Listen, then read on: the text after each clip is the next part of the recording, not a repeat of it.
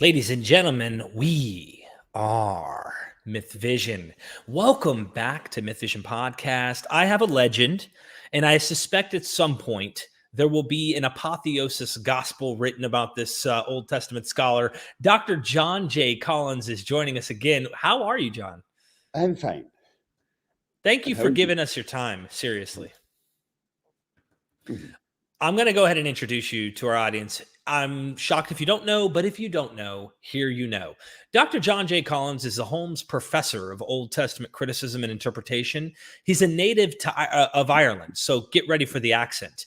Professor Collins was a professor of the Hebrew Bible at the University of Chicago from 1991 until his arrival at Yale Divinity School in 2000. He previously taught at the University of Notre Dame.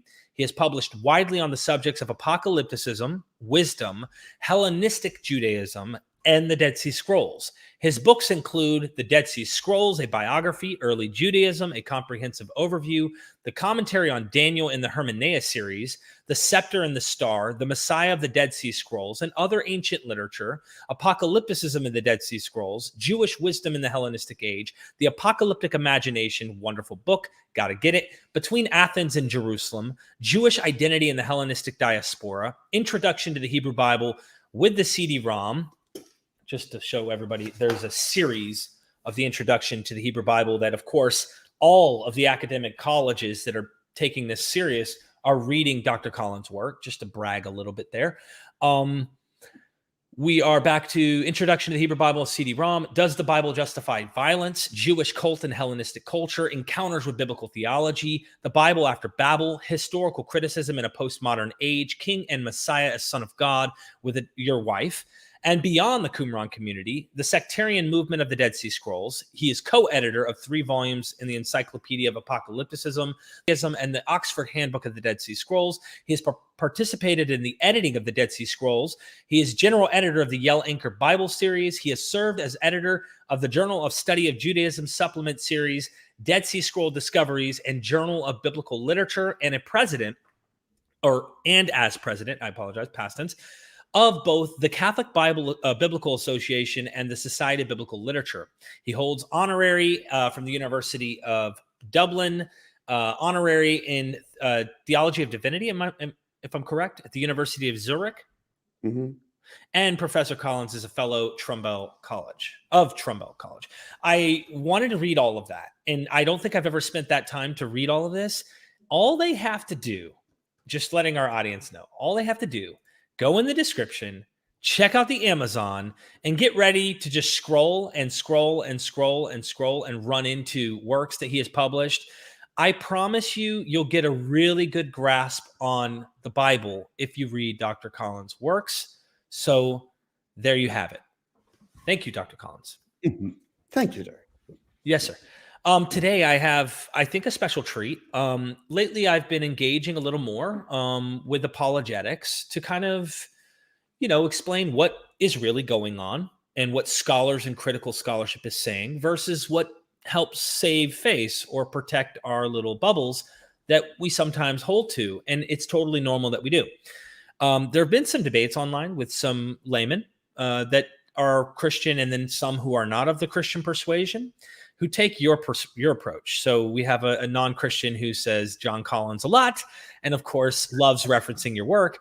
And then the Christian will reference probably works of, let's say, NT Wright, or other Christian apologists might say, well, it's conditional. So let's jump right into questions, and then I'll allow our audience to kind of, if you're okay with it, join in with questions. If they want to super chat their questions, feel free to, and we'll pop them on the screen and have some fun.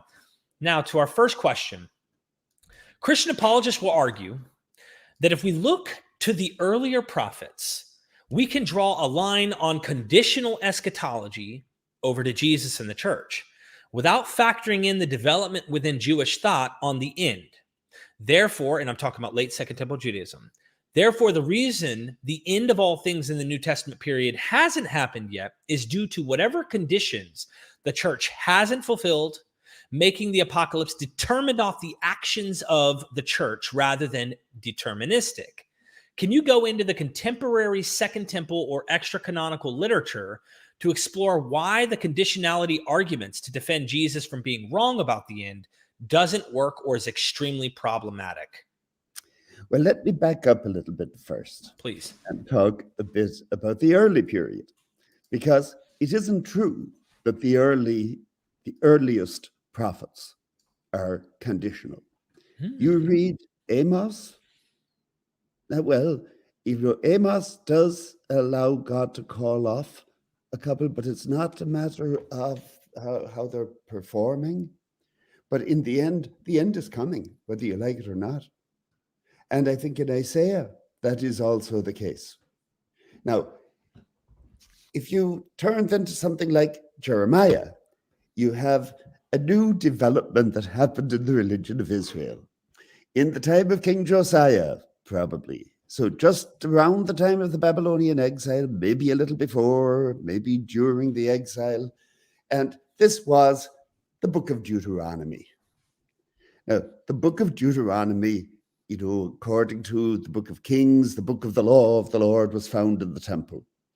And pretty much all serious scholars nowadays figure that whether something was found or not, this is basically when Deuteronomy was written. And you can figure that out because it's in large part modeled on Assyrian treaties. Now, you have these treaties all over the ancient Near East, and the typical thing is that the stronger power makes a treaty with the lesser power and lays out certain conditions and says, you keep these, you will be fine. You don't keep those, I'll come and I'll wipe you off the face of the earth. Now, that's where you get the conditionality argument from originally. It isn't really so much from the biblical tradition as such initially, as from the Assyrian tradition and the common theology, not the theology, but the common diplomacy of the ancient Near East, of the agreements. It's a political analogy. Now, in a book like Jeremiah, you get both strands. There's a great Norwegian scholar named Sigmund Mo Winkel, and about 100 years ago, he unraveled the book of Jeremiah. And so, there are some passages in it that you usually see written in your English Bible as poetry. Those probably go back to Jeremiah himself. Then you have others that sound an awful lot like Deuteronomy.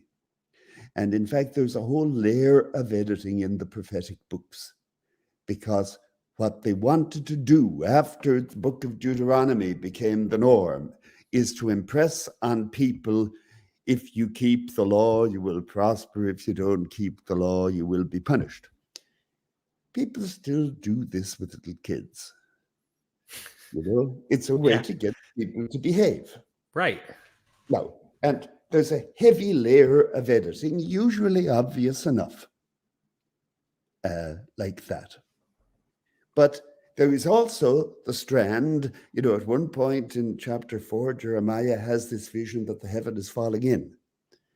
And nothing is going to stop that. No amount of observance of the law is going to stop it. So already there in the prophets, I would say the prophets themselves generally figured that when God is going to do something, God is going to do it, unless for some reason God changes his mind, but there ain't nothing you can do about it. I love this. On the other hand, you have the scribes who want to say, no, it all depends on whether you keep the law. Now, how plausible is it, that disaster depends on whether you keep the law? The experience with the Babylonians was the first great test of this for Jerusalem. They already had an experience with the Assyrians and the northern kingdom. Now, the Assyrians, this is a little bit like Ukraine at the moment. The Assyrians wanted to expand. And so they claimed land, and they sent in their troops. If somebody refused to submit and pay tribute, whoops, they could level a city, move the population to 1,000 miles away. Now, that's what they did with northern Israel. The prophet Amos says, the eyes of God are on a sinful nation, and he will wipe it off the face of the earth. And he did, or more precisely, the Assyrians did. And the kingdom of Israel ceased to exist, never did come back. I mean, you may have other things that came back and took the same name, but they were the same thing. So, then with the Babylonians, you have the same thing. Why is this happening to us? Now, one of the great strategies of ancient Judah was to say, oh, it must be our fault. Now, the ancient Judeans were not by any means the only people to think this way. It's a common enough reaction, to catastrophe. What did we do? So COVID has to be somebody's fault. Right. Now, nowadays, people prefer to blame it on the Chinese or somebody else. But there were some people, at least in Jerusalem, who said, no, we should be blaming ourselves. Now, some of this, again, is trying to use the disaster to make people behave better. You get this in the prophet Ezekiel, for example. But some of it also, is trying to make it seem that the world operates according to a rational plan. And the great test of that theory was in the book of Job. The book of Job is the most profound discussion of that, of what causes suffering. Is suffering punishment for something? And the book of Job says loud and clear, no, it isn't. In the case of Job, it's a wager between God and Satan. But Job himself, was faultless. But that didn't protect him. So that's what the book of Job said. But the majority of the Old Testament writings went with Deuteronomy and said, no, it all depends whether you keep the law or not. And if you didn't keep it, then you're doomed. Now, so that's answering one aspect of your question. Right. The other aspect is, prophecy is one thing. There are some people who try to say that there's no difference between apocalypticism and prophecy, but there is. There is a profound difference. And that difference is, it comes out in a couple of ways. First of all, in the apocalyptic writings, there is a divine plan. In other words, it's all planned out already. Now, you can determine or you can influence how this is going to affect you, but you can't ultimately influence the course of events.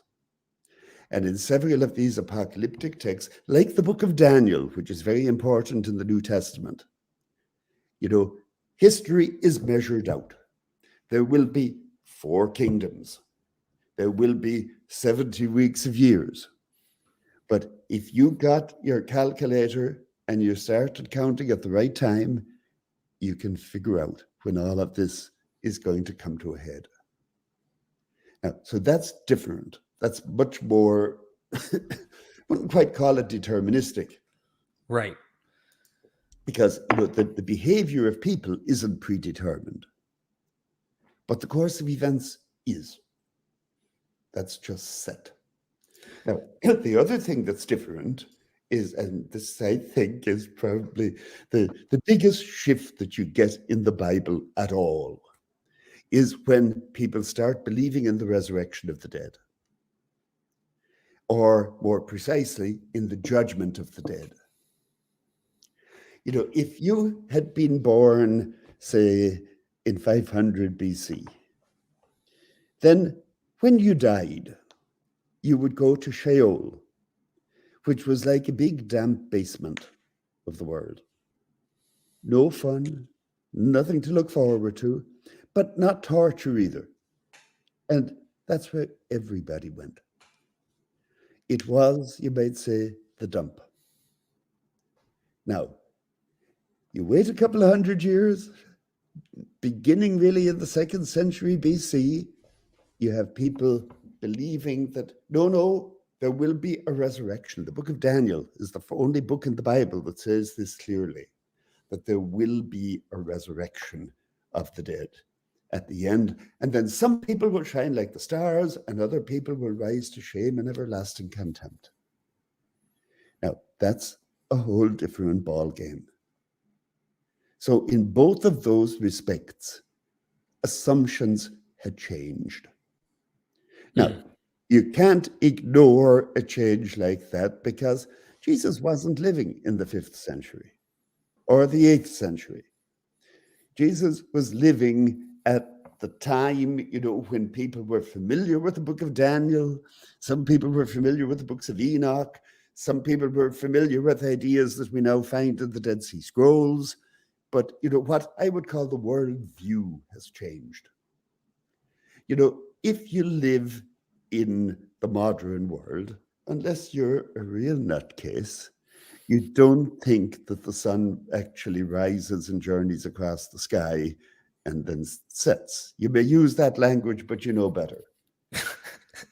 But now, at a certain time, when the biblical books were written, that's what they thought.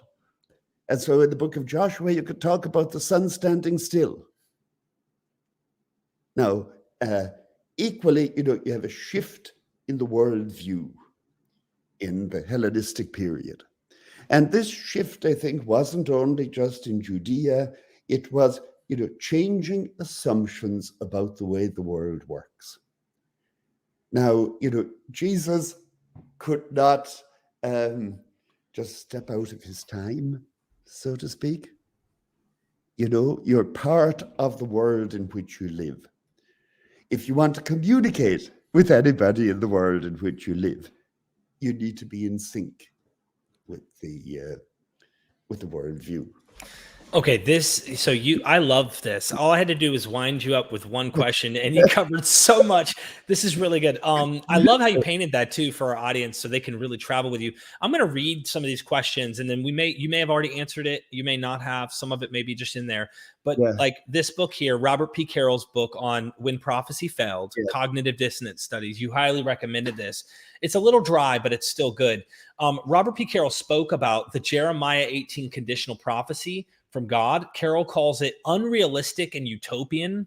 It images or imagines a contract-like relationship where God will bless the Israelites if they do certain things, but curse them if they don't.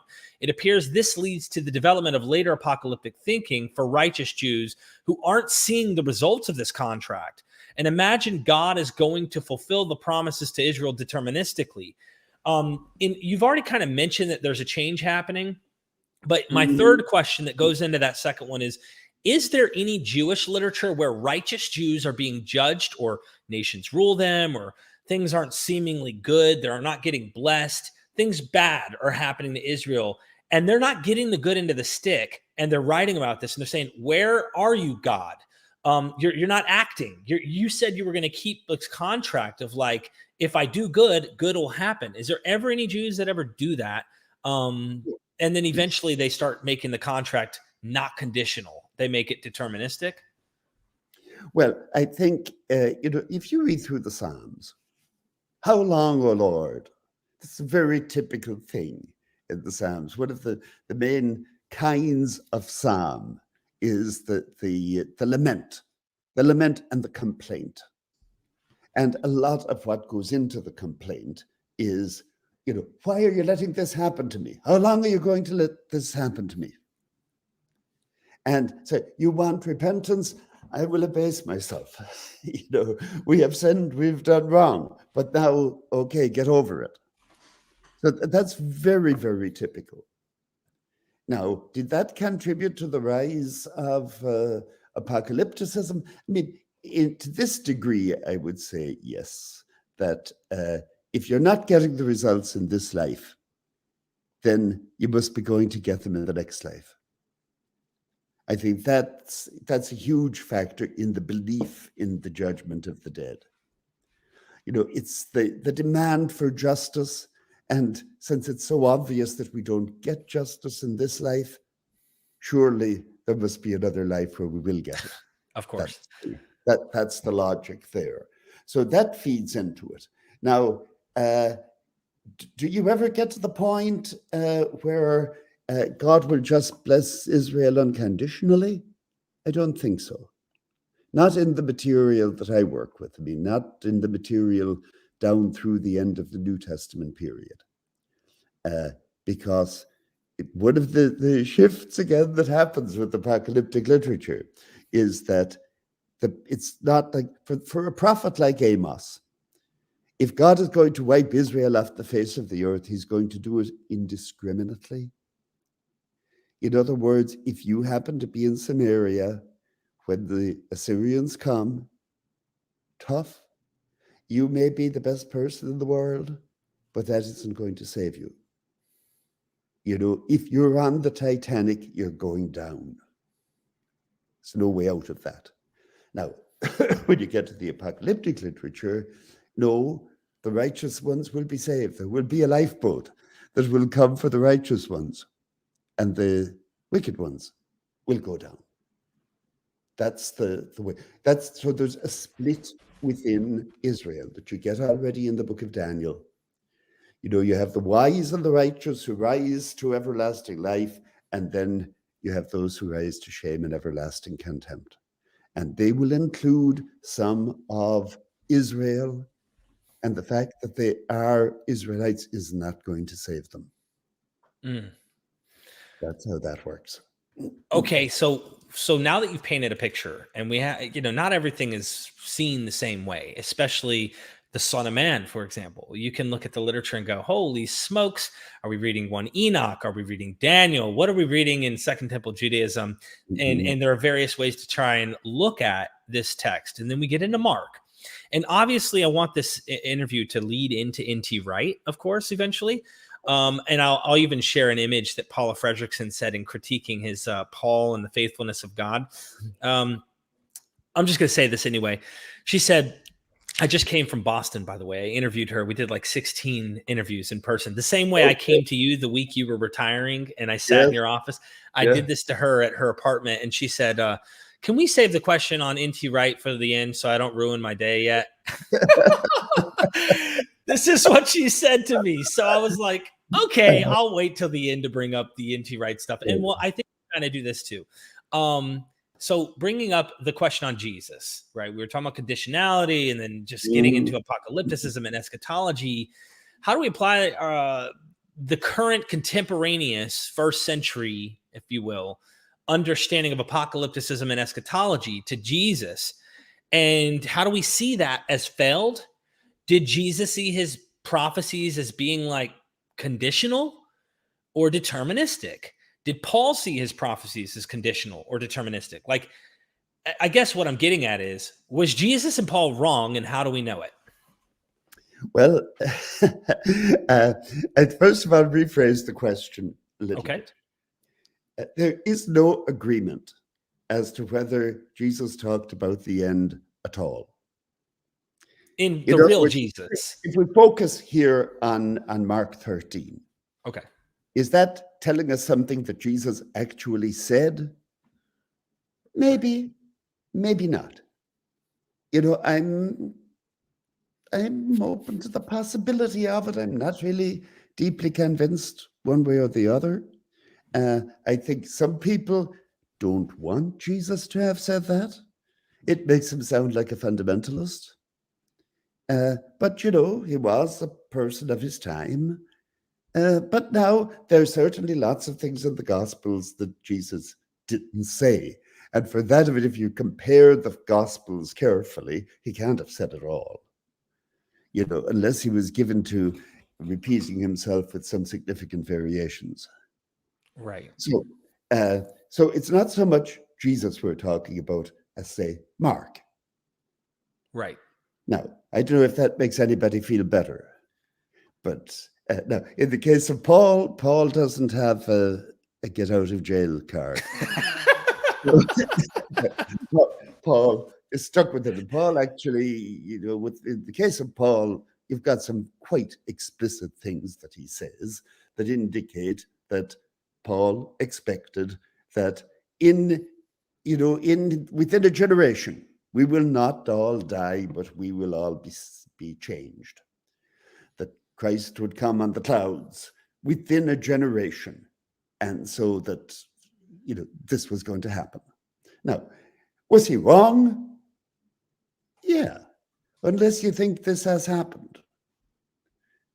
Now, if it has happened, well, we missed a big one. I like this. This is a perfect time to bring an image up. I have to bring Paula's image up here. Okay, so she's reviewing NT Wright here, and NT Wright wants to get into realized eschatology, which I hope that you and me can cover briefly. But what about all those cosmic powers, every arche, exousia, dynamos, whom the victorious returning Christ had yet to defeat? 1 Corinthians 15:24. The theos of this aeon, who was blinding the minds of unbelievers. 2 Corinthians 4:4. The archai and dynamis, that groan along with all creation. 8:38. The resurrection of the dead and the transformation of the living, which Paul thought he would live to see.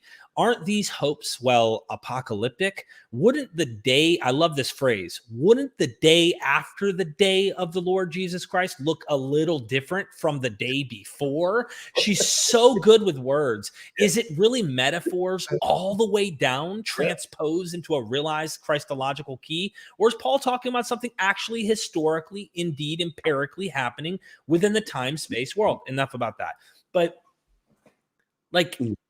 it seems like we're trying to get around a problem. And isn't that what realized eschatology is, Dr. Collins? Trying to get around a problem? Well, maybe you should be a little more explicit as to just what you mean by realized eschatology. Because you will get that when you say realized eschatology, the first thing that comes to my mind is the Gospel of John. He who believes in me will not die, but has already passed from death to life. In other words, you may not know it, but you're already in heaven. You're already living the blessed life. Right. Now, there were people who thought that.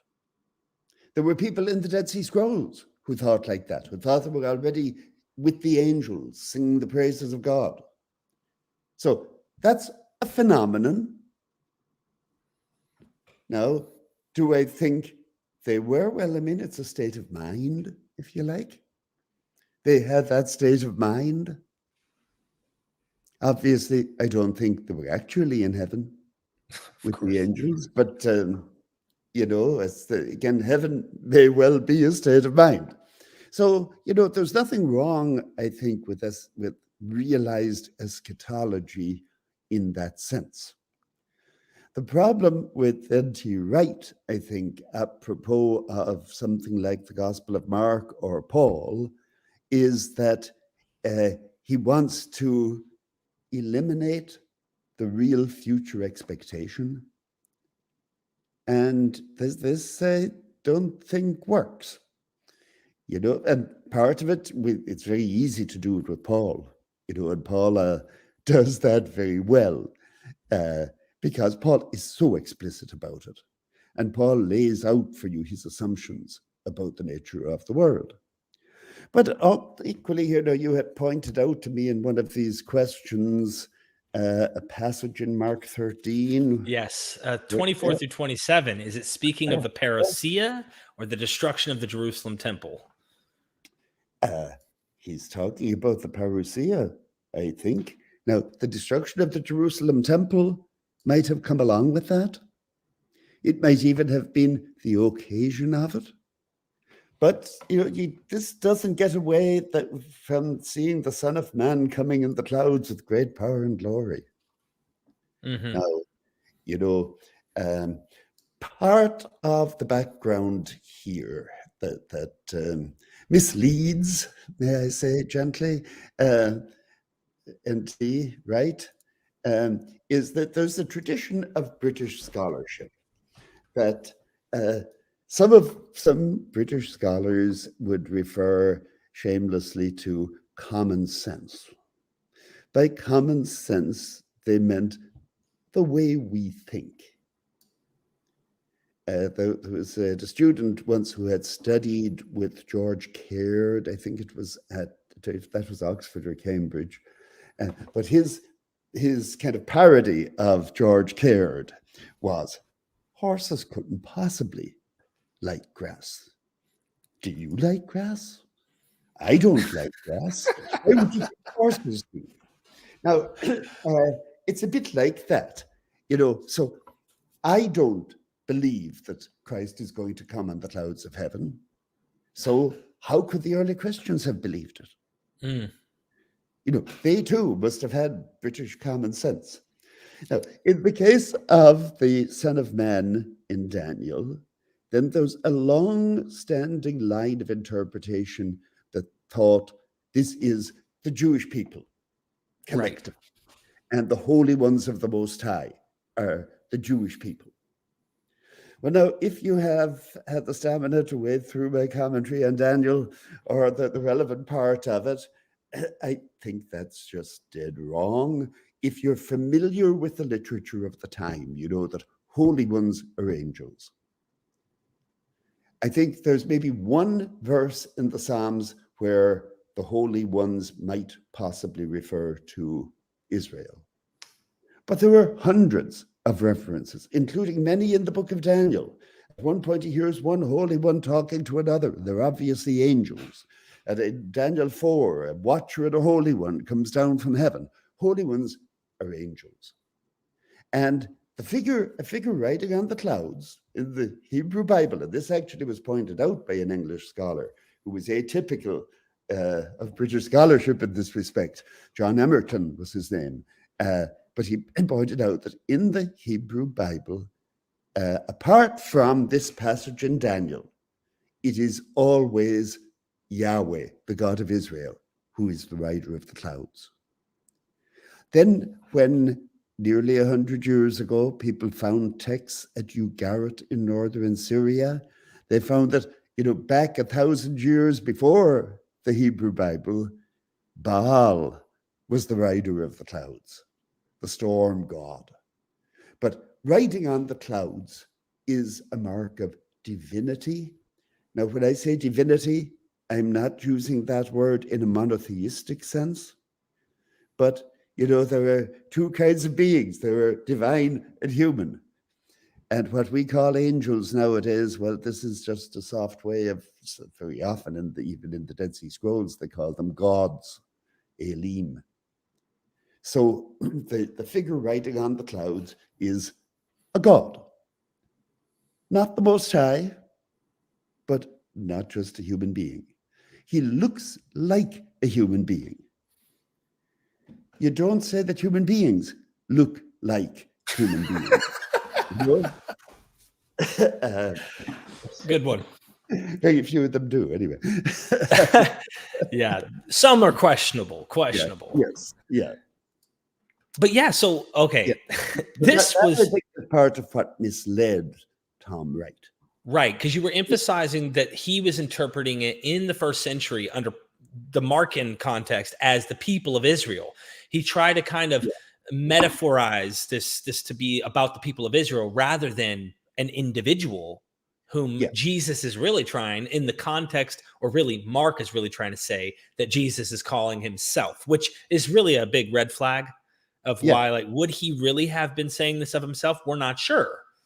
Was he a fanatic or? And also, if he said, you will see the Son of Man coming on the clouds of heaven, that doesn't automatically mean you will see me coming on the clouds of heaven. There was an interesting character in New York about 25 years ago named Menachem Schneerson. Have you heard of him? No. He was a Hasidic Rebbe, and I remember seeing a full-page ad on the back page of the New York Times with a picture of Schneerson saying, the Rebbe says the Moshiach is on his way. Now, Schneerson never said, I am the Messiah, but a lot of his followers believed he was. And after he died, I also remember I saw this with my own eyes, eyewitness testimony, outside the airport in Tel Aviv, a big billboard with a picture of Schneerson he's coming back. Now, the reason I bring him up is that Jesus could very well have spoken about the Son of Man coming on the clouds of heaven, alluding to Daniel, and without making clear whether he was identifying himself with him or who he thought he was. And there was obviously a certain amount of speculation in Judaism as to who this figure that Daniel talked about was. In the similitudes of Enoch, he's not, well, I think in Daniel, he's the archangel Michael. And that becomes clear at the end of the book because when the battle is over, it's Michael who rises in victory. In the Dead Sea Scrolls, God is to raise up Israel among all flesh and Michael among the gods. Michael is kind of the heavenly patron or the heavenly prince, as they call him in Daniel, of Israel. So, but now in the similitudes of Enoch, it's not Michael, but it's somebody even higher up. Definitely, a godlike figure. And in some other texts, he's a messianic figure. So there was a lot of uncertainty as to just who this figure was. Now, the followers of Jesus at some point decided that Jesus was the one. Now, could they have decided that before his death? This, I think, is one of the, million-dollar questions Right. in the New Testament. But I'm putting it now in terms of what people could possibly have thought or understood, not in terms of what Jesus meant. But if you just look at this from one of the disciples' point of view, while Jesus was walking around in Galilee or in Jerusalem, why would anyone think he was going to come on the clouds of heaven? He was already there. So I think the idea that Jesus was this Son of Man only makes sense if you believe that he has been taken up to heaven. And that doesn't happen until after his death. Got it. Now, I think that at least is how the idea would have taken hold in early Christianity, whatever Jesus meant. So, in theory, it's possible that he was saying all this in coded language and leaving it for them to figure out later, perhaps.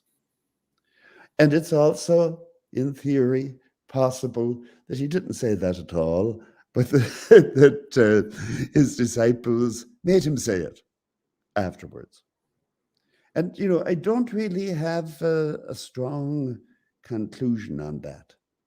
I would not at all exclude the possibility that Jesus might have talked about the Son of Man coming on the clouds of heaven. Several people in the first century talked about the Son of Man. They were just reading the book of Daniel. That's where they were getting it from. But they in the first century, nobody thought that the one like a Son of Man coming on the clouds of heaven was Israel. It was clearly an individual, a God-like individual. You don't find the collective interpretation for several hundred years afterwards. I think it comes up first in one of the Syriac writers, maybe about 400. Okay, so you bring up one more thing, and then we'll get to Q&A for anyone who wants to ask interesting questions. About that issue, I've had conversations with some recent friends. They're Christian apologists as well, but we have like these discussions when we need to burn time, and we kind of wrestle with ideas together, but we're open-minded to like have these conversations. And it was like what you brought up. Did Jesus think this of himself? Could he have? Maybe. But is there any other examples that we have of Jewish men claiming to be the Son of Man, or even pretending in some way that they were going to, be riding on the clouds of heaven or anything like that during their lifetime? Not that I can think of. Now, we get examples of Jewish men who were hailed as Messiah and who claimed to be Messiah, I think you could probably say. Yeah, the best known of these was Bar Kokhba, who led a revolt against Rome about 100 years after Jesus. But Messiah, the Messiah was always understood to be a human being. He might be Son of God, but he was also a human being. But did anybody claim to be a heavenly being incarnate? I don't think so. In the similitudes of Enoch, the Son of Man does not come on earth. He only appears as a heavenly being at the final judgment. He has no earthly career. I thought he was Enoch. I thought Enoch was the Son of Man in one of the places in the one Enoch. There's a passage at the end of the similitudes. It starts out. I didn't bring the text down with me here, but it's in chapter 71, and it starts out with, after these things he was taken up to heaven. Fine. Or he was taken up actually to that Son of Man.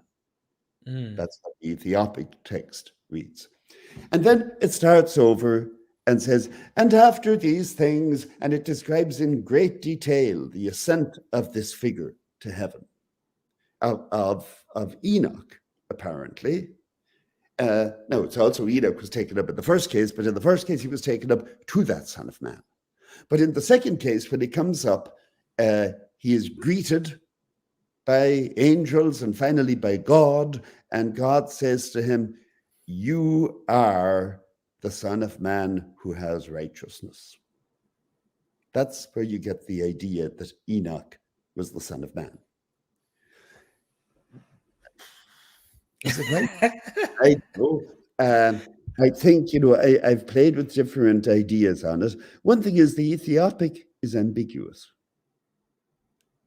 The Ethiopic can mean simply, you are a righteous man. It doesn't mean you are the Son of Man with capital letters. Son of Man just means human being, person, something like that. And the one of the Ethiopic words that's used there, isn't the same as the one that's used in other passages about the Son of Man. So, I think that's an open question. Also, in the Ethiopic church, nobody thinks that's referring to Enoch. Right. Nobody says that Enoch is the Son of Man. They all think Jesus was the Son of Man. So they have to read it, the way I'm suggesting that what God says to Enoch is, Enoch, you're a good guy. Exactly. Yeah. But I could see it meaning other things, and of course they wouldn't want to read it any other way. But yeah, and this is a point. We had seminars on this back nearly 20 years ago in the Enoch seminar, and there are good scholars who really think that Enoch is identified as the Son of Man. Right. But I don't think that's right. Okay, but I also know that you put the Enoch in the time of Jesus. You put it a century at least or two prior to Jesus, if I'm not mistaken. Enoch. No, that passage in 1 Enoch, that's in the similitudes. And that, I think, is roughly from the time of Jesus. Okay. We don't have an exact date for it. In fact, one of the possibilities that I played around with is that the passage that seems to identify Enoch as the Son of Man may be a reaction to Christianity. A subtle way of saying, no, it isn't Jesus, it's our man, Enoch. This is a possibility. And again, I'm not confident of it, but don't rule it out. Thank you so much. We'll go to Q&A. Scott Duke in the house. Thank you, Scott, for the support. I'm so glad Dr. Collins is back. I'm in the middle of enjoying Introduction to the Hebrew Bible. Such a great read. Good. Thank you, Scott. Digital Hammurabi, Dr. Joshua Bowen, or the better half, Megan, thank you for the super chat. You can't find a better biblical scholar than Professor Collins. Get and read everything he writes. Thank you so much. I really appreciate that support. I highly recommend Dr. Joshua Bowen. He actually is the one initially who kept bragging about your work when I was just a complete ignoramus on all this subject matter. And he was like, you really need to learn this, guy. So thank you so much for that. Constellation Pegasus, thank you for the support. I really appreciate that. Jehovah's Witnesses admit nobody was looking for Jesus to appear according to Daniel's prophecy. Evidently, nobody knew who he was, according to the Jewish Messiah, was supposed to be. It's pretty confusing. Well, yeah, I guess I can agree with that. I think now this is switching a little bit to the question of what the Jewish Messiah was supposed to be. Right. As I see it, there was a standard job description, and Messiah should be big, strong man who is able to smash heads and drive out the Romans. And when you put it that way, you wonder, why would Jesus apply? And indeed, it's not at all clear that he did apply. But his followers came to believe that he was the Messiah. And then what they end up doing is saying, we got to rewrite that job description. And that's what they do in the New Testament. Isn't the Apocalypse of John, though, trying to kind of still keep that job description, but it's in the after? It's like, here's the one that's, hair white as wool, and he's gonna come, he's gonna kick their, he's gonna kick some ass. He's going to come back and do it right the next time. So they can't let go of it. It seems this guy can't, at least. I think that's true. Yeah. Okay. That's maybe another conversation. Yeah, you've written a lot on that too. Constellation, thank you for the support and the indulgences to the Church of MythVision. I can't tell you how much I appreciate it. Doc Pleuromonaut, good to see you here. I'm getting ready for a very sophisticated question here anytime he super chats. It is important to note that not all apocalypses contain apocalyptic eschatology, despite being colored by Daniel and Revelation, particularly with the SBL genre's project definition, revealing heavenly mysteries. Now, first of all, let me say, as I use the expression apocalyptic eschatology, it means the kind of eschatology you find in apocalypses. Now, so that if you start out with the fixed idea that apocalyptic eschatology is the end of the world, well, okay, you're not going to find that in all of them, but that's a problem with your having a preconceived idea of apocalyptic eschatology that isn't derived from the apocalypses. So I think it makes more sense to use apocalyptic eschatology for the kind of eschatology you get in the apocalypses. And I'd say the most constant feature of that is the judgment of the dead. Now, you're right, of course, that they don't all have this historical sweep, and they're not all talking about the end of history, but they do have something in common. This, again, might be, another conversation. I was actually going to pull up your Apocalyptic Imagination book because there's actually a screenshot of an image where you put check marks next to the kind of genre, and you literally specify a whole list of different apocalypses. But if you don't have the Apocalyptic Imagination, which I suspect Doc does, but if you're watching this and you're interested, go on Amazon in the description, check out the Apocalyptic Imagination book. He has checked off which of these actually talks about the dead, or maybe even into the world, judgment of the wicked, the whole nine. You find those lists. So Doc Pleuromonaut's back again. Thank you, Doc, for the support. Was the Son of Man a late church invention, or are certain logi primary, and I think he's talking about Jesus here, primary to an early tradition of Jesus' prophetic self-awareness? If eugnostos or bin inash is a borrowed earlier figure, how did the idiom become conflated? Now, you lost me a little bit on the end of that, but it's bar inash is what you get. It's in Aramaic, not Hebrew. In Hebrew, it would be Ben Adam. But now, you see, one of the striking things is that is an Aramaic idiom. you do not say Son of Man in Greek. Son of Man doesn't make much sense in Greek, but it's an idiom. It's just an expression that's perfectly acceptable in Aramaic or Hebrew. And that, I think, makes it very likely that the Son of Man sayings go back to an Aramaic-speaking environment. And that probably means pre-70. Now, Paul doesn't use it, but I think that's because Paul thinks in Greek. And I think Paul was probably familiar with the idea because he does have the idea of Christ coming in the air. So, no, I don't think it's late. I think it's early. Now, whether it goes back to Jesus himself or to his followers, that's a tougher question. Thank you so much, Doc.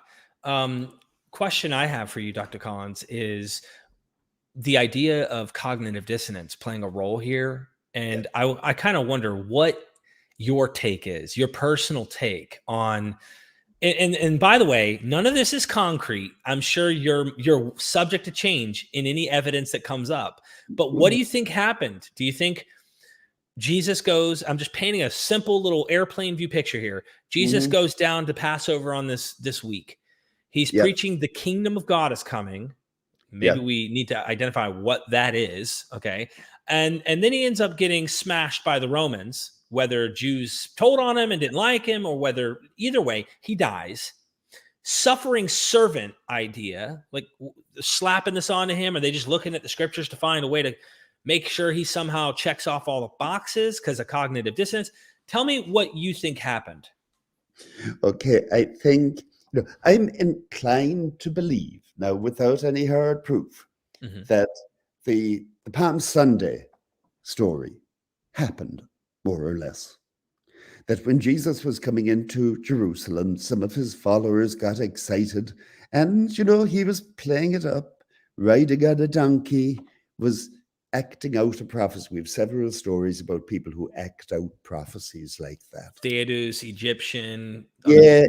Now, often, hard to know what he's thinking in that, but it was certainly, encouraging. He didn't necessarily mean I am coming as the Messiah, but it did mean, the Messiah is coming, the kingdom of God is coming. And it was probably left a little bit open-ended. He doesn't seem to have nailed down what he was doing in indisputable ways. Now, so the Romans see somebody coming in, causing a disturbance. People talking about King of the Jews. From the Roman point of view, that's insurrection. Crucify him. We can examine later. But in the meantime, and the first thing is get rid of him, which they did. Now, whether any Roman authorities had a role, any Jewish authorities had a role in that, you see, it would make a certain amount of sense because the high priests were worried that if the Romans think we're staging a rebellion, they'll send in the troops. And what they did eventually in 70, they'll level the city, destroy the temple. And so you can well see that some of the Jewish leaders would not have wanted this to happen. Now, again, this isn't proof that they did hand him over, but it's not implausible. And it doesn't, you can credit them with honorable motives in doing so. Now, after he is dead, I think you have got to accept that some people had visions and saw him. Now, this again is not unique. Right. Early in my teaching career, a couple came up to me after a lecture and told me how their son had been killed in an accident. And they really felt bad about it until one evening he came in and stood at the end of the bed and said, "It's all right." Now, I wasn't going to say to them, "Oh, that's an illusion." If somebody tells you that they saw their dead son, well, I think they probably did see him. It doesn't mean that if I had been there, I'd have seen him. And I don't think it's that even claimed in the Gospels that everybody saw Jesus. But those who were really upset about his being crucified saw him. So I think that's the genesis of the idea that he's still, that he's still alive, that where did he go? Well, he must have been taken up to heaven. And once he's up in heaven, those clouds begin to look attractive. That's kind of like what you just described is kind of like how John Dominic Crossan, when he debated a Muslim, he said if Muhammad existed in the first century and he was not claiming, or his followers about him after he died weren't claiming he was a son of God, he'd have had no game in town. So he was kind of making the point, like, it's like the zeitgeist in which this stuff comes from. There's not like a fixed line when you die. There's a continuation of the dead, typically, that people had honorary experiences or even honored them at their tomb, whatever it might be. So I could see the genesis here taking place. I really appreciate you answering that question. I was meaning to ask you one more about full preterism. I've mentioned this to you in the past. You know what I'm talking about, right? Well, vaguely. Well, it's the idea that, and I think cognitive dissonance works on us as well when we're fundamentalist believers. To defend Jesus's words, they see, like you said earlier. Let me just paint a picture for a second. You said earlier, well, we're not so sure Jesus actually said these words in Mark 13. If he did, he'd look like a radical fundamentalist. Well, when you're a fundamentalist who believes that every word in the New Testament's teaching and it says Jesus said, well, Jesus said, and therefore he had to be right. And so in order to make sure he's right and didn't fail, they say he did come on the clouds, but that's figurative language. And so it's really the second coming of Jesus is the destruction of Jerusalem. And then every single thing starts to become 70 AD doctrine. Would you say cognitive dissonance is working here as well to try and save face? Yeah, I would. But, as you summarize it there, and I'm not making any accusations now about Tom Wright or anybody in particular as to what they actually think. But, it almost sounds anti-Semitic. Yeah. Because it almost sounds as if the destruction of Jerusalem is the fulfillment of eschatological hope. Right. I've thought about this too. No, it isn't. And I always thought, like, how in the world do we see that event and go, yes, the resurrection, God was faithful. You go, really? Yeah. Somebody's kidding somebody there. You've got to get Tom Wright on your show. Yeah, I should press him with some of these questions. Of course, I'm going to be respectful, but I definitely want to press him with some of this to hear him spell it out. Paula Fredrickson will never watch that episode. I mean, let's be honest. Festering Boyle says, and thank you for the super chat, are Jews today waiting for Elijah to come first, and how would they recognize him? Most of the Jews I know aren't waiting much for anybody.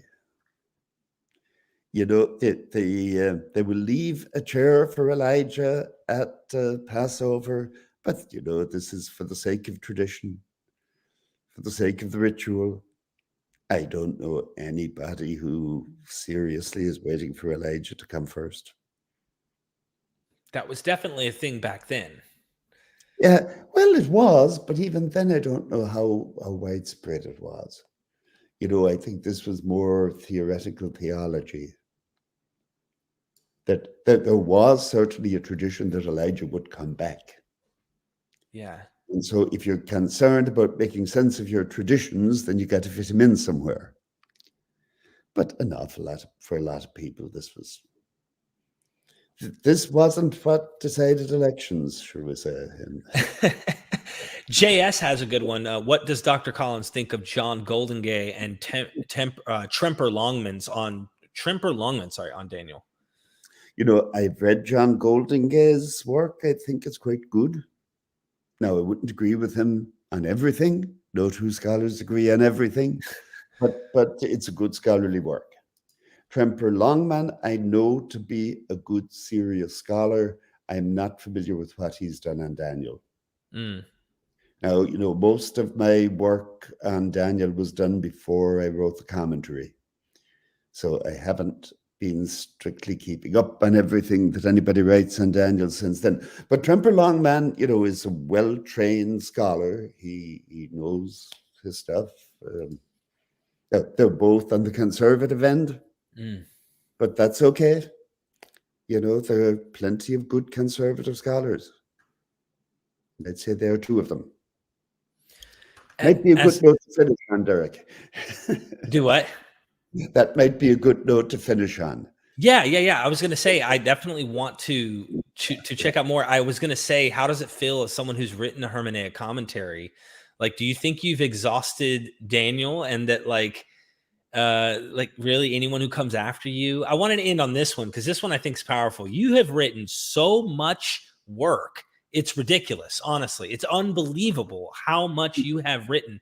Do you feel like, as someone who's gone so exhaustive into Daniel, just using Daniel, that like anyone who comes after you are just digging up bones you've already buried on this issue, and you feel like you've kind of exhausted it?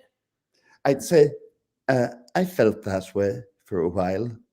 But it's getting up on 30 years since I finished that commentary. So, now I'm ready to entertain a few new ideas if somebody comes along with them. There are things that can be done. There are questions that can be done. Dr. Collins, I can't tell you how much I appreciate you. Thank you for joining us today. If you want to go ahead and exit, I'm going to plug your material here in just a minute and stay with my audience. Thank you. Let's do it again in the future. I'll get some more stuff together. Maybe in the spring. Yes. Sounds good. Okay. All right. Okay. Thank you, Dr. Collins. See you. Bye. Have a good one. Bye. All right, ladies and gentlemen, Dr. John J. Collins. What did you think about this show? Did you enjoy it? I'd love to hear your thoughts. I'm sticking around a little longer with you. I am so impressed with his work. I'm always impressed with his work. And he helps me to grasp all sorts of ideas pertaining to the literature and when it's written.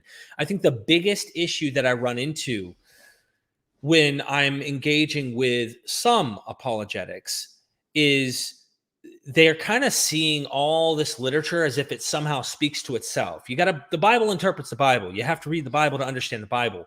And that kind of methodology really, I think, leads down a bad path on how to exegete the Bible, how to understand it without going to the time in which this stuff's written, the world in which it's fixed. How do we see that picture in order to interpret the Bible? Because I can go read Hosea in the Hebrew Bible about Israel and God casting Israel off and this and this and that. But then I can read in the New Testament. Somehow I want to connect Hosea 8 because it gets mentioned or quoted, referenced by Paul. To give you one analogy. And Paul means what he means in Hosea? No. Paul, does he mean anything like what Hosea is talking about in the original context? And we've looked at stuff like this with like prophecies about Jesus. Unto us a son is born, or child is born, and, the government will be upon his shoulders. Go back in the original context, and it has nothing to do with what's going on in the New Testament when they reference it, or a virgin birth. All of these things, you got to read them in their context. And what does that author mean and why are they using it? And Bart Ehrman said in his course on Genesis that the number one discovery, I thought this was profound what he said here. The number one discovery wasn't the Nag Hammadi library in the past century or couple centuries. Isn't the Nag Hammadi. It isn't the Dead Sea Scrolls. It isn't this. It isn't that. Like all of this literature. And I'm thinking, then which piece of literature is it? What is the find? And he's like, it's discovering or really looking at the Bible as multiple pieces of literature that don't align, have differences of theology, different understandings of God and the world around them, and like reading that like skeptically or critically, looking at it carefully, not harmonizing everything you're trying to approach as if it's all it's all one book written by one guy, God. And when you look at the Bible that way, you actually find it's really fun. As a Christian, I never would have thought this.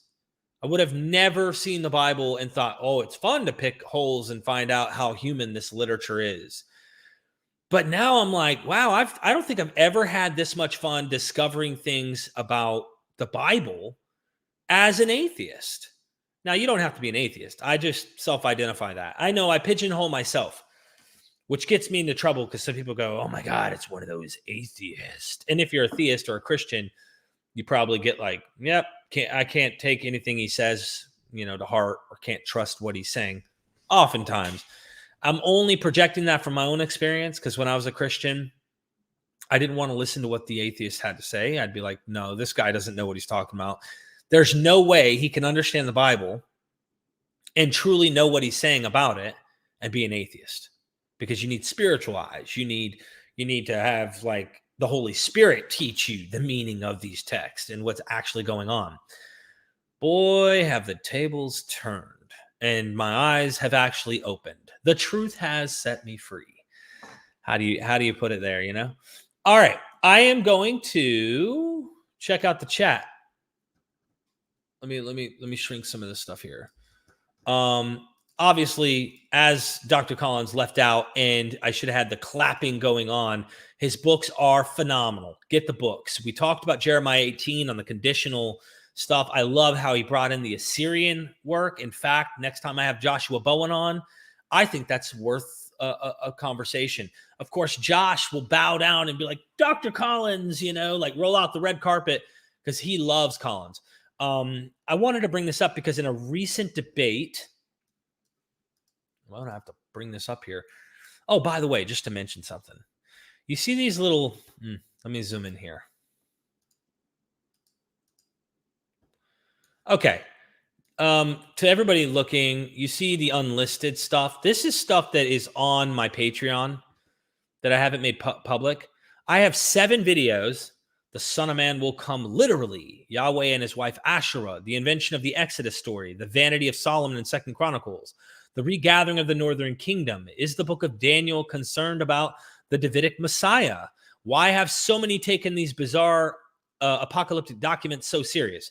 These are all John J. Collins. They're on my Patreon, and you can access those if you're interested in joining and helping us out there.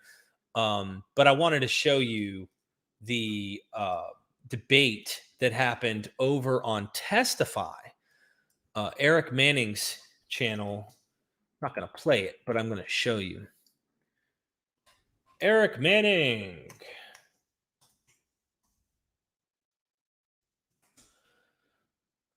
Actually, well, yeah, Testify.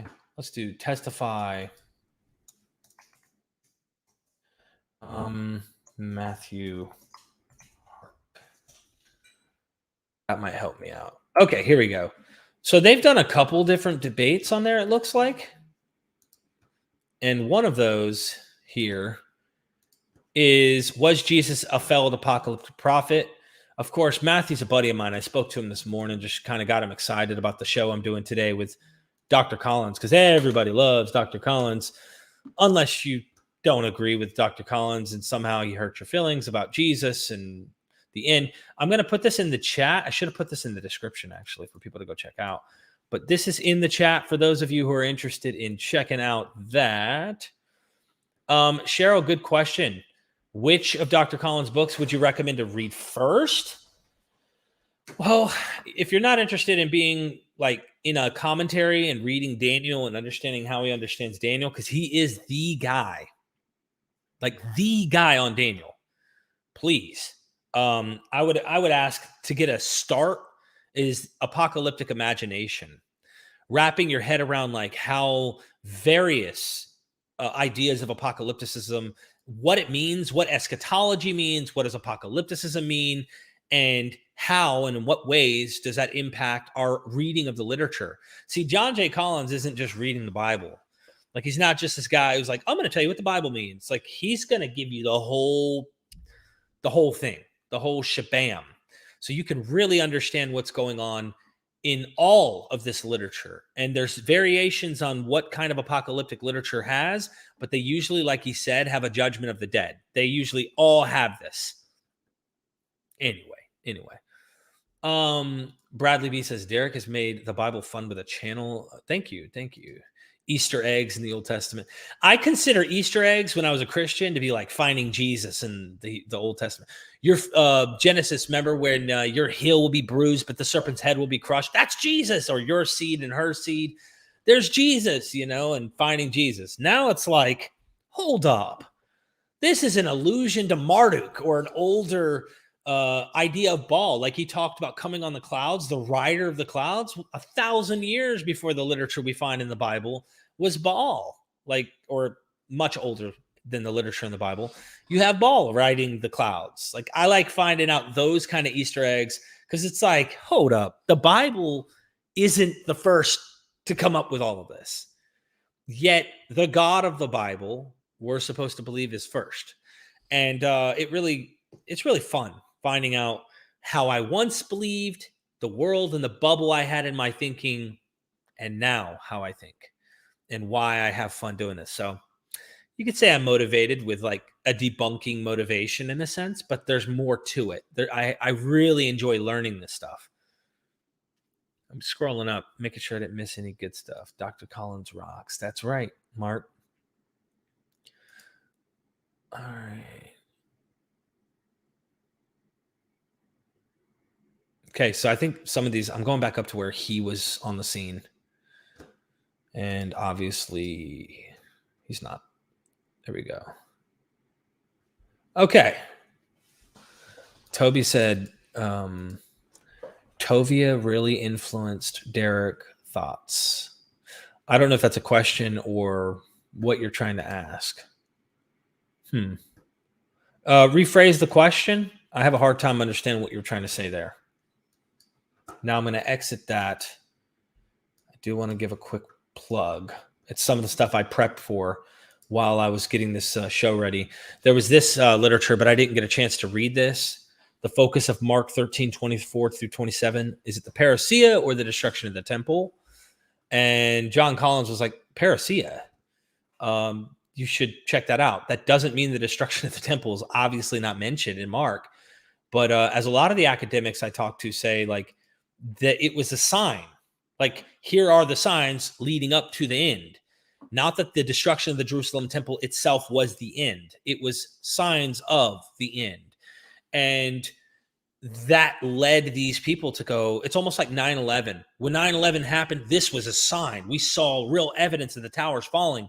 When I was in Puerto Rico as a young teenager, a Christian fundamentalist, I thought this is evidence. This is a sign that the end is happening. The second coming of Jesus is really about to occur, but I was waiting for it to happen any moment. I was outside looking up at the sky in Puerto Rico, on base, Ceiba, Puerto Rico, when they used to have the base there, Roosevelt Roads. And I was looking up at the sky going, all right, any moment now.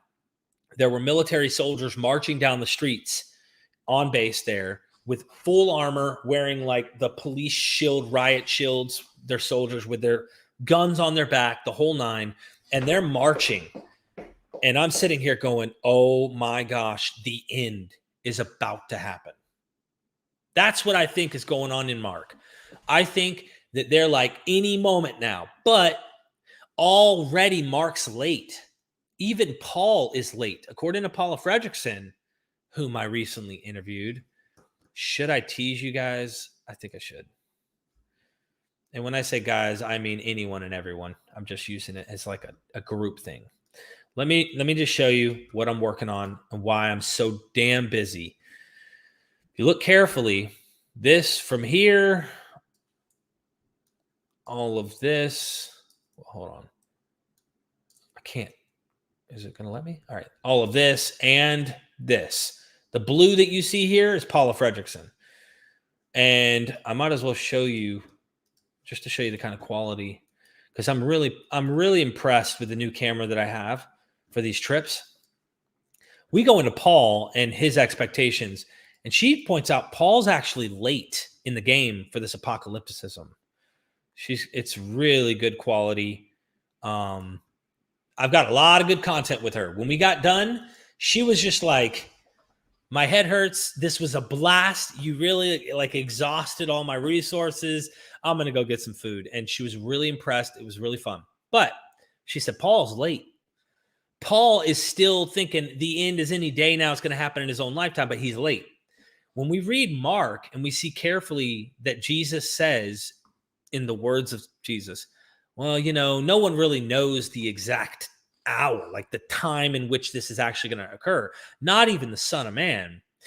There seems to be by the author's hand already trying to defang a little bit about this apocalypticism. Like, don't expect it to happen. Just, if it doesn't happen yet, it's because I didn't know the exact time. Don't blame Jesus for being wrong. That's what Mark seems to be trying to protect Jesus by saying, well, not even I may not have it all right, okay?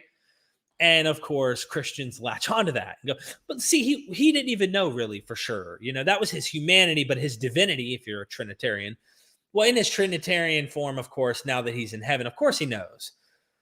But there's all sorts of stuff to be like, what the heck is going on here? And so I feel like I'm missing out on some conversation here. MythVision podcast, would you get any evangelical scholars on? Trimper Longman, Daryl Bach, Michael. I've had Mike Lacone on. I want to get John Walton. I've emailed him.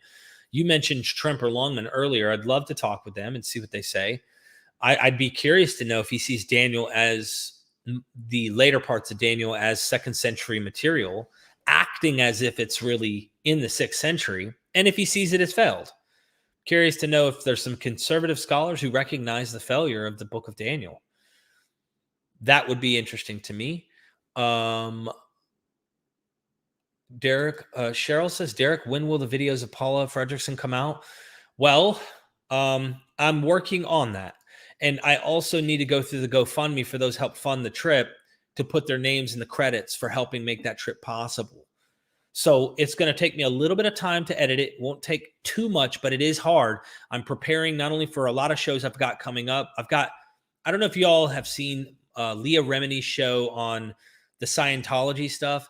The co-host, Mike Render, he's coming on my show next week, October the 4th. Bart Ehrman, I'll be interviewing him October the 3rd. He has an upcoming course, Finding Moses. That'll be really fun.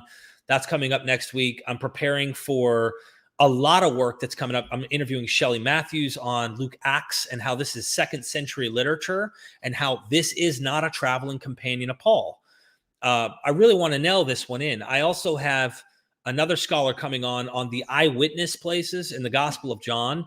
Is this really an eyewitness? We're going to doubt. We're going to cast some serious doubt on the Gospel of John. You're going to want to stay tuned because this scholar has gone deep into Bockham's work and this whole eyewitness stuff about the Gospels. We need to really deal with this. You need to take Christian apologists serious. Not saying you need to believe what they're saying. You need to take them serious.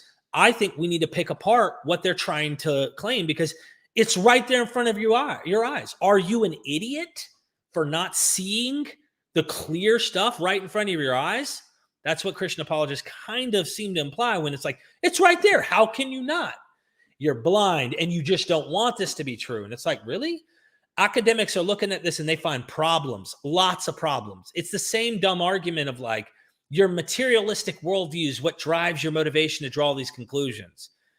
And you can even pose the same kind of argument in the reverse and go, well, it's your theistic Christian worldview that makes you want to save Jesus at all costs and to make these things true no matter what. And, you can throw those things back and forth, but it's better to just deal with the arguments and point out the flaws. Back to your question, Cheryl. I have a lot of stuff I'm working on simultaneously. I just finished, sharing it again, doing a course with good old Dr. Dale C. Allison Jr. Let me share that one with you. We're actually trying to edit that course. It's going to be on the quest for the historical Jesus. And he goes through the historical Jesus stuff through 12 different scholars in history. Reimarus, Schweitzer, David Friedrich Strauss, all the way up to John Dominic Crossan in contemporary studies on the historical Jesus. But really, how it all started in the first lecture, he goes and shows that it wasn't skeptics, it wasn't atheists, it wasn't people like me who started to cast doubt on all this stuff. It was Protestants who were really Catholics. Martin Luther was a Catholic priest. John Calvin was a Catholic priest. Like all of these reformers, they were Roman Catholics.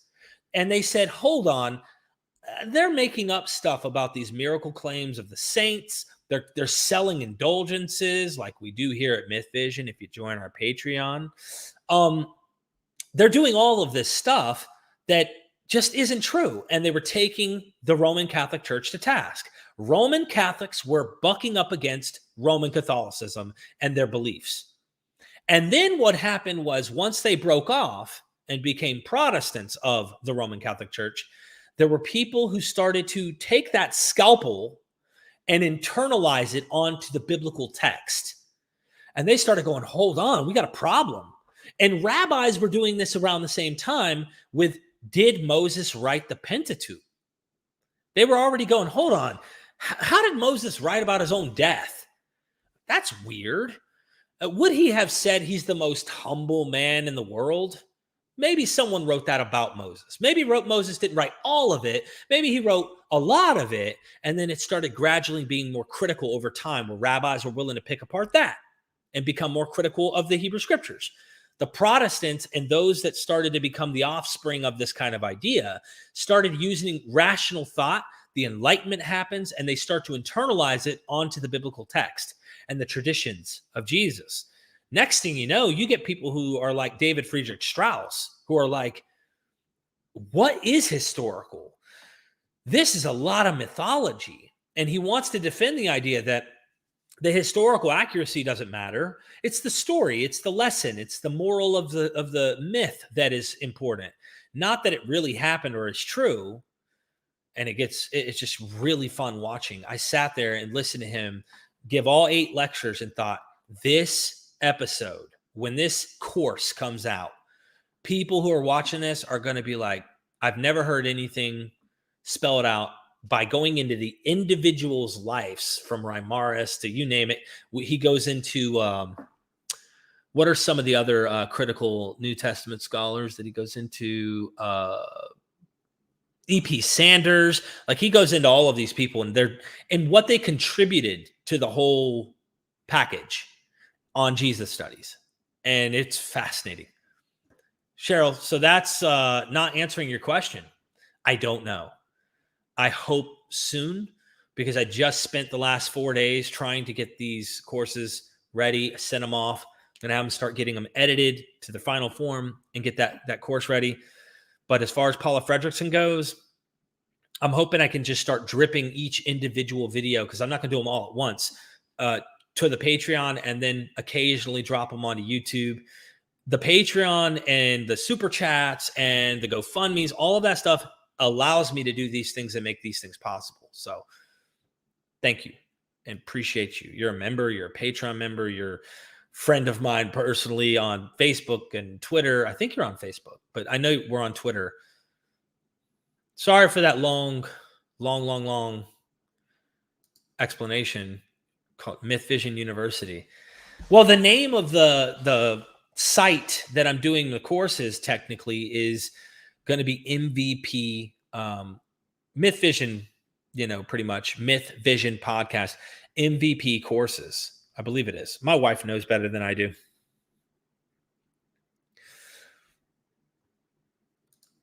That's all the Gospels were. Midrash to recontextualize Old Testament ideologies. I think we're onto something. And Midrash, right? Like in this article I was reading before we did the show with John Collins, he's like, it's like Midrash, you could call it, but it's not technically Midrash. I wish there was a website I could give you all this article. I guess you could text me if you want to harass me for it, and I'll send you it. Mark 13 in the context of Jewish eschatological expectations. In this, without being rude, Collins really breaks down NT Wright's entire position. And, I think he did a really good job of showing that, like, Wright is wrong. Wright is wrong. So, teasing you with that. Feel free if you want that. I can send you that. Just got to email me. Wellhausen, I think he goes into, or Wellhausen, if you want to pronounce it with the V, because I think that's how it's pronounced. Yeah, I think he does go into this. I could be wrong. I'd have to look at the list. There's 12 people. Kevin, why is everyone asking me this question? Adam Green, because he's obsessed. I've literally asked this. Someone asked me this yesterday and the day before yesterday, because he's obsessed with Jews and he thinks they rule the world. He's infatuated with the conspiracy theories. He thinks they're trying to make everyone a Noahide, like Jews in general, when most Jews aren't even religious. It sounds like anti-Semitism. He's anti-Jewish. The guy seems like a neo something here, okay? That's why I blocked him. I don't want anything to do with him at this point. And he thinks I'm not willing to be critical of Judaism or Jewish thought or the Hebrew Bible or whatnot, or he really wants me to get into rabbinic stuff, which I have no interest at this moment to really take my whole life and go, I'm Adam Green. I'm going to obsess over horrible things that I found within Jewish rabbinic thought or in the 13th century with the Zohar or something like that. Like, I'm like, dude, of course. I had Dr. Esoterica, Dr. Justin Sledge come on. That wasn't enough for him. And for anyone who like obsesses over his videos, Justin Sledge says, yeah, there are many bigoted Jews that are out there that are very orthodox, hardcore conservatives. And there are many that are against those people. I just don't get it. Like, do you want me to like focus on this very small amount of people who think this way? And one of the reasons, admittedly, I confess what happened in the Holocaust, there are people who hate Jews with a passion. I'm not one of them, but there are people who live to want to destroy them, literally. For what reason? They have an odd obsession with taking down the Jews. And the Jews, by the way, according to Adam Green, started Christianity, right? So what we see as Christianity, it's a conspiracy created by Jews to make the whole world, the non-Jews, be subverted or submissive underneath Judaism. He has a conspiracy there. He thinks that even the whole idea of Islam is created by Jews. So like he has this like conspiracy in his mind that they're currently ruling the world as well. And I'm not interested. I'm just not interested. I used to talk to him on the phone all the time. And I'm like, bro, tone it down. Like balance it out. Deal with other things as well. Don't just focus on this Jewish thing. And I finally cut him off. I was like, something doesn't feel right. When I have these conversations with him and my gut is telling me, dude, something's wrong, Derek, with this guy. Something he's saying and doing is just not right. At that point, you draw a line. And I hope anyone who has a conscience can, go, you know what? Something isn't adding up here. There seems to be an odd obsession here. I wonder if there's something more going on. I don't know.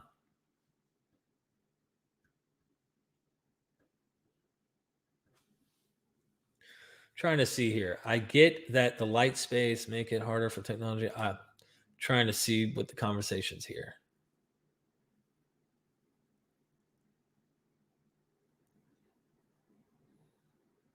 No responses to that? Interesting. Oh, Greg, thank you for that. Appreciate that. I'll support you on Patreon if you never talk about Adam Green again. Well, I'm addressing this controversy because he made some video, I guess, mentioning me and mentioning Nil, Gnostic Informant, in passing. And like, I want to dodge him or I don't. Dude, I hope you all know, I don't even do debates. Even if I thought I was 100% right on something, I don't do them.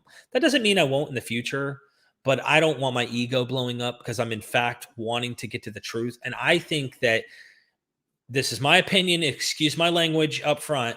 I think debates oftentimes are dick measuring contests. Keeping it real. Like, I don't know how much learning goes into that. It's like, I already agree with this guy, and how can I hear him like help satisfy my appetite for what I believe already? And I'm definitely not interested in lowering to go and deal with conspiracies on a level that I think is anti-Semitic. And it is literally being a slam toward the Jewish people. But you can go find these hardcore radicals that are within Jewish thought that think the Goy are less than human, or they don't have a spark of life in them, or whatever. Okay. You could find that there are plenty of ideologies by Caucasian people that have this kind of idea, and that those who aren't Caucasian or white, guess what? They're subhuman and whatnot. Like, there's all sorts of crap out there. And it's like, do I want to dwell on that? No. So, Greg, I apologize if I even added to it, but I want to point out why I never want to have conversations with people like that again. And there's no like teaching him to calm down. I have had phone conversations with him many times and tried to be kind and approach like, dude, stop, like, calm down, like, do this and that. There ain't nothing. He's got one track mind on the obsession of Jews. So is what it is, you know. It is what it is. Well, Kevin, be careful, man. I mean, I would be very cautious when all of the academics that I'm talking to are, that I've mentioned this to, are saying, yeah, this guy seems like a neo-Nazi. These are their words, not mine. He seems, not knowing with absolute fact, that he's a neo-Nazi. His obsession with them is just a little over the top. And then I just have no interest. My opinion, I don't have any interest in it. Giovanni. Well, I guess that works out sometimes. Discovering Ancient History with Pat. What's up, Pat? We had that great conversation last night on the phone. Everyone, there are numerous serious scholars who would avoid MythVision if Green was platformed on the channel. Green is anti-Semitic. Yeah, I just don't have any interest in it, man. My gut told me no. So I definitely don't have the interest. If you say it, you're just speaking gibberish. I'm interrupting people here, aren't I? Who's Jay talking to? Yeah, you guys are debating. See, this is what happens when I'm doing shows. There's always a debate on the sidelines happening. Guess who just became a patron? Oh, shoot. Hold on. Let me check. I could see if, let me check. I got to refresh my email here. Oh, snap. It even gave me your social, and his social is 432. I'm just kidding. Thank you for becoming a patron, my friend. I hope you don't mind that I just gave your social out to the whole wide world, but I am going to put some of this stuff that I have on my Patreon is buried, and I'm going to have to refresh some of it, bring it back to the top for those who are just joining in. If you have the patience, and how do I pronounce this? Klaas? Forgive me if I butchered this. If you have the patience, when you get to the bottom, I'll have to show you. It's better that I do this. And it won't let me do it while I'm actually on. But if you get down here to the bottom, scroll down once you're in my Patreon, and it tells you load more, and you click it, you will find hundreds. I'm not kidding. I've said this before. I say it again. I'm a robot that repeats himself here. Hundreds of videos that I have never made public for YouTube on the Patreon. And this is the backbone of how I keep doing what I'm doing on MythVision. So thank you. You help support that. I really appreciate that. Let me go back full screen. Okay, we're back. Any questions you have for me? Since I'm here, I had such a fantastic episode with John Collins. I don't want to leave anybody hanging here. Jose, thank you so much for that super chat. I really appreciate that. Greetings from Costa Rica. Do you plans to discuss about Jesus's brothers with a Catholic priest, especially as James is mentioned as one proof of the historical Jesus? That might be an interesting episode. Get a Catholic priest who believes that Jesus had no actual siblings from Mary after Jesus was born, so she remained a virgin. That would be a fun episode. But I'd want to like bring in, I'd like to bring in some scholarship here to get a Catholic priest to see how they answer it. And why are they forced to take this conclusion? I think that it's once again one of those conclusions that they'd have to be forced to say, well, she's an eternal virgin. That means Joseph couldn't have gone into her and knew her and then begot other children with Mary after Jesus' birth. It would be fun. It would be fun. Hold up.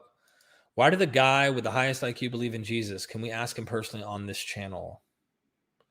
I don't know who the guy with the highest IQ. Isaiah, listen, my friend. I have been planning on slapping that tune onto the intro and sending it to you in hopes that you could potentially create something similar to that sound. I have not used my Matrix intro for this reason. It's such a good intro that I cannot launch it and make it public without the right tune matching it. I've literally had it on the sideline this whole time because of that. So I will get to you on Instagram and make sure that I send you that link when I get that edited and uploaded. It won't take me long to do. I just need to do it. So please remind me maybe or harass me, my friend, with my permission. Thank you for offering your services with that. Doc says, bring in Eisenman. All right, Doc, this is my thoughts. I'm just throwing this out there. I have no problem with bringing Eisenman in, but he's very difficult to interview and keep on track. I can ask him a question about a Qumran scroll or a particular document, or I could say something, whatever it might be, and he wants to rabbit trail to his ancestors being buried on Mount Olives. He wants to he's not wanting to get into pericope. He doesn't want to dive deep into anything. He kind of wants to generalize and talk about his ancestry and his tradition and his heritage and things like that. And this has happened more than once with me interviewing with him, and it's very difficult, and it makes me feel like I'm wasting time, to be honest with you. This is my opinion, but follow up. Tell me if you think there's something I'm missing here, and why I should bring him on no matter what. Give me some more information. Thank you so much for that compliment. I plan to keep it up. IQ just measures how good someone is at taking IQ test. Materialist Dan, good to see you in the chat. Rochester, hey, cool, Derek. Hi, Derek. Busy at work. Been missing most of the live streams lately. Don't worry, your name is still written in the Lamb's Book of Life, Johnny, and we miss you. So you're always welcome to come back into the fold. And in this fold, we will not look at you sideways if you have not been making attendance, even though it's a sin. Okay? Thank you. Doc says, just to bolster the James the brother evidence versus Catholic priest. Okay, I get it. I should have just rolled down and seen your comment, but okay, maybe I'll do something like that. I'll look into it. If not, at the very least, ask him like references or even just read his book. But I heard his book's also hard to get through from people who've read it. But then again, maybe. Is he like crazy or something? More information, Ray says, with the cha-ching, ching, ching, cha-ching, ching, cha-ching, ching. Thank you for the remission of my sins. I am absolved. Yes, you are, Johnny. Yes, you are. And I have no problem doing that for you, my beloved. Yo, what up? Welcome in the chat. Just got here. I missed it working. You're going to want to tune back. Promise you. I promise you. Go back, listen to John J. Collins, if not for just for his accent being Irish alone. That's enough to go listen to Collins. If all you love Derek's work gets on his Patreon and sign on to the support this channel, thank you, Cheryl. I really appreciate that. I do say it a lot because at some point people finally go, let me go see what the heck all this fuss is. Derek's been talking about this Patreon a lot, and it is not expensive for those who, do have jobs and whatnot. I get it if you can't, but this is where I am able to keep doing what I'm doing. And I swear someday some extra special stuff I plan on doing with the Patreon. I already am there to take your questions, talk to you in private and stuff, and plan on doing some really good things with that. But you also get true salvation. Who doesn't want to really be saved? I mean, from real salvation, not the phony stuff they sell you, the real stuff. Cheryl, thank you so much. Can you talk about your education background? Did you go to college? David K, good question. I went to, obviously went through high school, barely made it through because I struggled with addiction in the last years of my high school. And I went straight into running a business, a landscaping business, to take care of my children. I had one son already, popped out another one 3 years later. And I had 3 kids, 3 boys, 3 years apart. One's 15, one's 12, and one's 9. And it was many years after my first son was born, and I was back as a fanatic, drinking the Jesus Kool-Aid, that I was like, you know what? I think my calling might be to become a pastor. I've dealt with many struggles. So I went to a local college in Fayetteville, North Carolina called Carolina Bible College. They changed it to Carolina College of Biblical Studies. And I went to go try and become a pastor to get through seminary. I walked away with almost getting my bachelor's, but I got an associate's degree in biblical studies and theology. And to be honest with you, other than them teaching me how to categorize and like refreshing grammar and mathematics and stuff in my mind that I learned when I was in high school and pre-calculus, I pretty much just learned more reading from commentaries and studying books that I read outside of college. And then I relapsed again, drug addiction. But that's the furthest my actual education has gone. And I've learned way more just reading books. And I've had a lot of scholars that come in and make me feel good. They make me feel really good. And they'll be like, D, you practically have a PhD just learning from all the academics that you've actually interviewed and talked with endlessly. You've kind of earned your own little,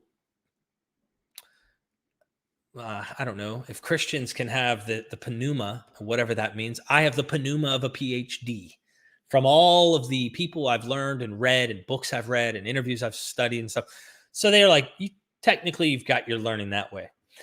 But I absolutely do not claim that I have anything.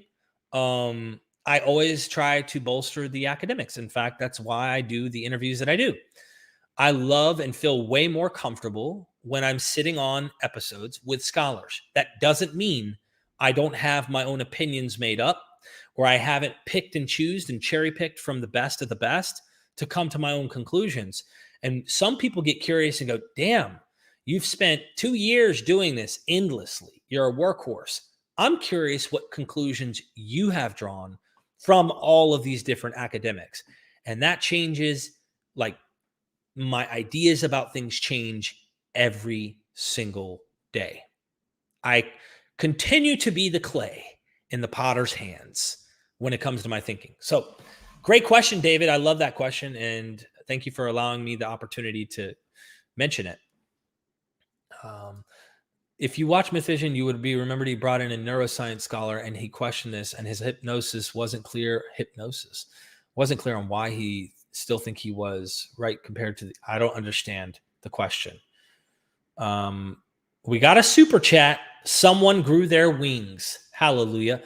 Huston Mises, thank you. Mark 6:3 talks about Jesus had brother and sisters. Not saying his right, just that Mark mentions it.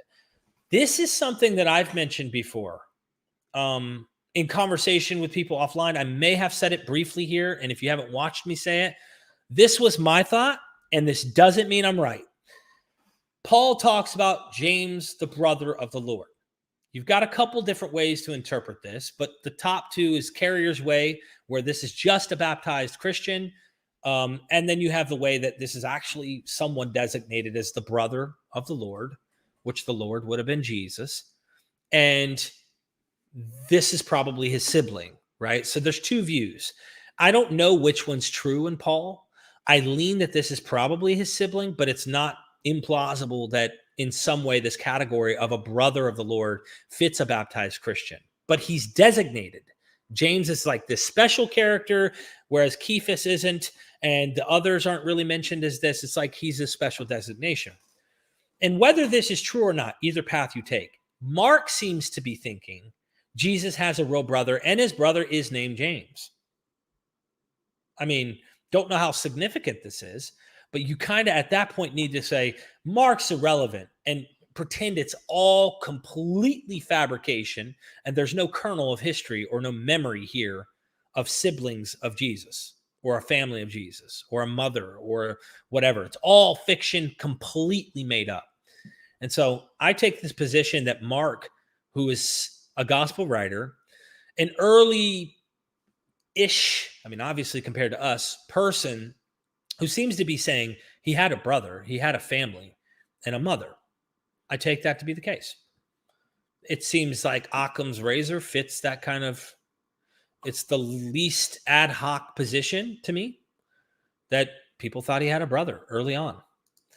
I think it will only be a matter of time before Derek decides to get a degree. Alan, think about this. I'm going to take your phrase and tell you why the problem with that is. It's only a matter of time. I'm going to take that part and say, it's like, when would I have the time, right? Maybe when things slow down and my channel gets big enough to where I'm not having to launch every day or every other day, because that's how I make a living, is to monetize this, to keep pumping this out. But if I ever had the matter of time, maybe I would. But it's like, do I have a matter of time to do it? Right now, these two books right now, I'm going to be interviewing Kara Cooney. I've already read this one. Kara Cooney's The Good Kings. We're going to get into the 4 good kings she mentions in this book. Akhenaten is the famous one I want to get into, in his version of monotheism. Like, what did Akhenaten believe? What was the Aten? What is this sun disk worship? And does this impact Judaism in the Hebrew Bible and their version of monotheism? Yada, yada, yada. Also, A Billion Years, Mike Render. He escaped Scientology. He was one of the lead people, like top guys in it, in the highest ranks of Scientology. That's coming up. There's all sorts of good stuff happening. So be on the lookout for that. Everybody, look, I must go. My sister, Mana, is calling me, and I really need to answer this. Hold on. Let me pick up and tell her that I'm about to go. Oh, hey, sis. I'm gonna call you right back. All right, I need to call my sister. Got a family issue coming up, and I love you. If you haven't subscribed to the YouTube channel, please do so. Hit the like button so that the YouTube gods pay attention to the supreme God, of course, so that I don't have a council where I have to rebuke them. We don't want that. It doesn't look good for them, like Psalms 82 or 80, I can't remember, somewhere in the 80s. Join the Patreon, help support us, and never forget, we are MythVision. Thank you.